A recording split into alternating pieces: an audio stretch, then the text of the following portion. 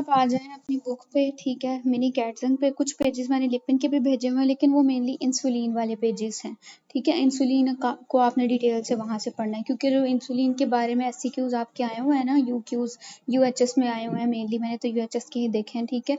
तो वो आपकी ये मिनी कैटजंग वाली बातों से जो उन्होंने थोड़ी थोड़ी डिटेल दी हुई है ना, उससे कवर नहीं होते, ठीक है। तो उसको आपको लिपिन कोड से देखना पड़ेगा। अच्छा देखिए, डायबिटीज मेलाइटस जो है वो कितनी टाइप की होती है, ठीक है। आपको पता, आपने 3 तो पढ़ी होंगी, एक टाइप 1 पढ़ी है, टाइप 2 डायबिटीज पढ़ी ना हो डिटेल में, सुनी तो होंगी, और तीसरी एक गेस्टेशनल डायबिटीज होती है, लेकिन इन्होंने 4 में क्लासीफाई कर दिया अदर्स के नाम से, एक और क्लास इन्होंने अंदर रख दी है, ठीक है। अच्छा, अब टाइप 1 डायबिटीज मेलाइटस और टाइप 2 डायबिटीज मेलाइटस के अंदर हमारे पास डिफरेंस क्या है, ठीक है।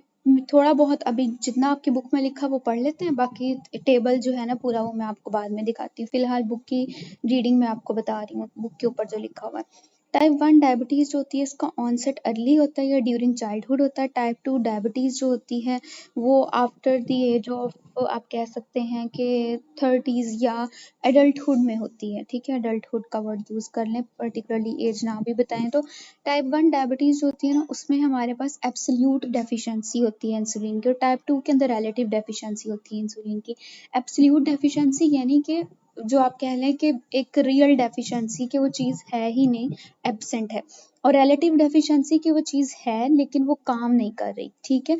कौन सी चीज़ की बात कर रही हूँ मैं, कि हमारे पास क्या होता है, पैंक्रियाटिक बीटा सेल्स जो होते हैं वो क्या रिलीज कर रहे होते हैं, वो आपका इंसुलिन रिलीज कर रहे होते हैं, ठीक है। अगर आपकी एब्सोल्यूट डेफिशिएंसी में ये होगा कि वो पैंक्रियाटिक बीटा सेल्स ही डिस्ट्रॉय हो जाएंगे with the help of N auto immune disease. Auto immune disease के रिजल्ट में पैंक्रियाटिक बीटा सेल्स डिस्ट्रॉय हो रहे हैं, अब वो बीटा सेल्स ही नहीं है तो इंसुलिन भी होगी। This is absolute deficiency of insulin. Number 2 पे टाइप 2 डायबिटीज जो है इसमें हमारे पास रिलेटिव डेफिशिएंसी होती है।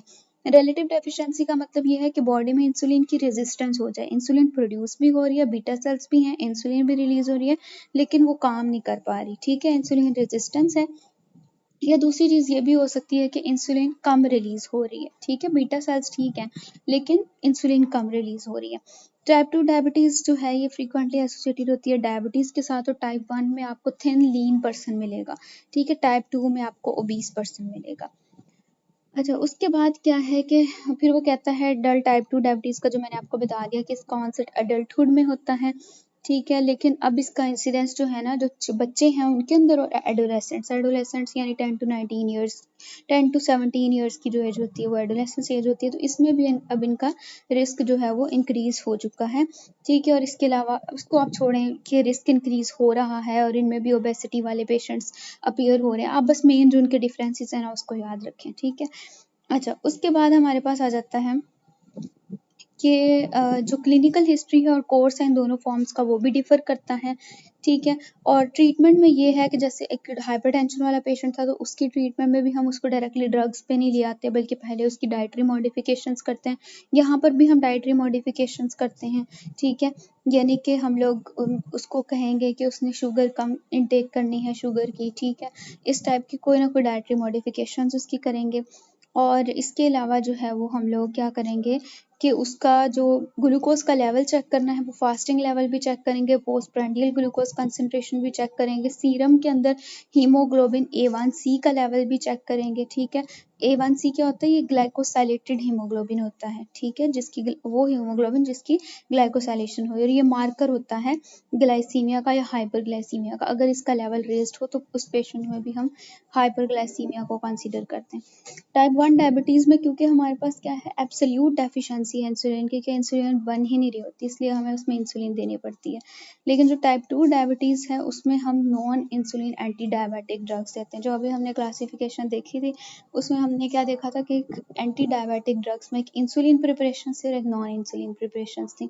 जो इंसुलिन प्रिपरेशन होती हैं वो हम टाइप 1 डायबिटीज़ में यूज़ कर रहे होते हैं, जबकि जितनी नॉन इंसुलिन वाली ड्रग्स हमने पढ़ी थियोजोलिडाइनिडियोन्स, ठीक है, biguanides, metformin and sulfonylureas class क्लास 1 क्लास 2, ये सारी हम टाइप 2 में यूज़ कर रहे होते हैं, क्योंकि यहाँ पर रिलेटिव डेफिशिएंसी इंसुलिन की, सॉरी एब्सोल्यूट डेफिशिएंसी इंसुलिन की नहीं है बल्कि रिलेटिव डेफिशिएंसी। अगर पहले से इंसुलिन है लेकिन वो काम नहीं करी, बाहर से भी देंगे तो वही हाल रहेगा, काम फिर भी नहीं करेगी, इसलिए हम लोग non insulin anti diabetic drugs दे रहे होते हैं।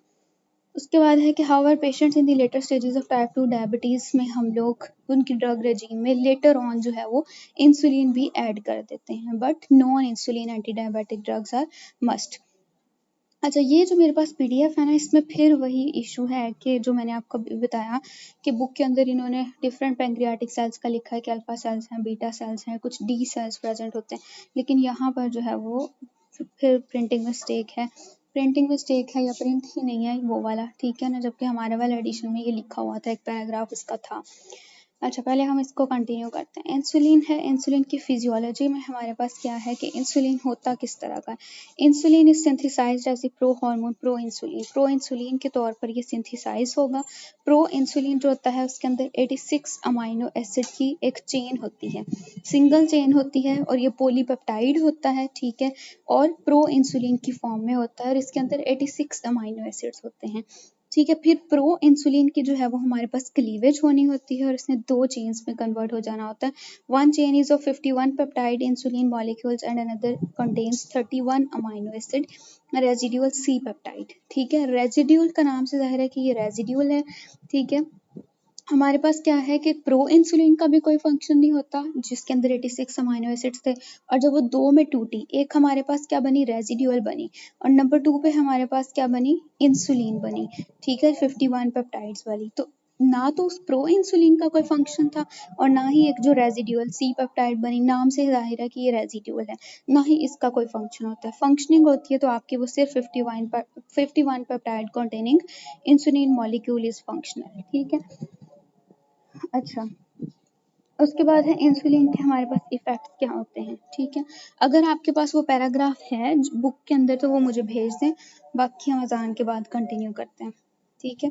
जो जिस पैराग्राफ की मैंने बात की मेन इंट्रोडक्शन में स्टार्ट में होगा, अगर वो पैराग्राफ आपके पास है तो।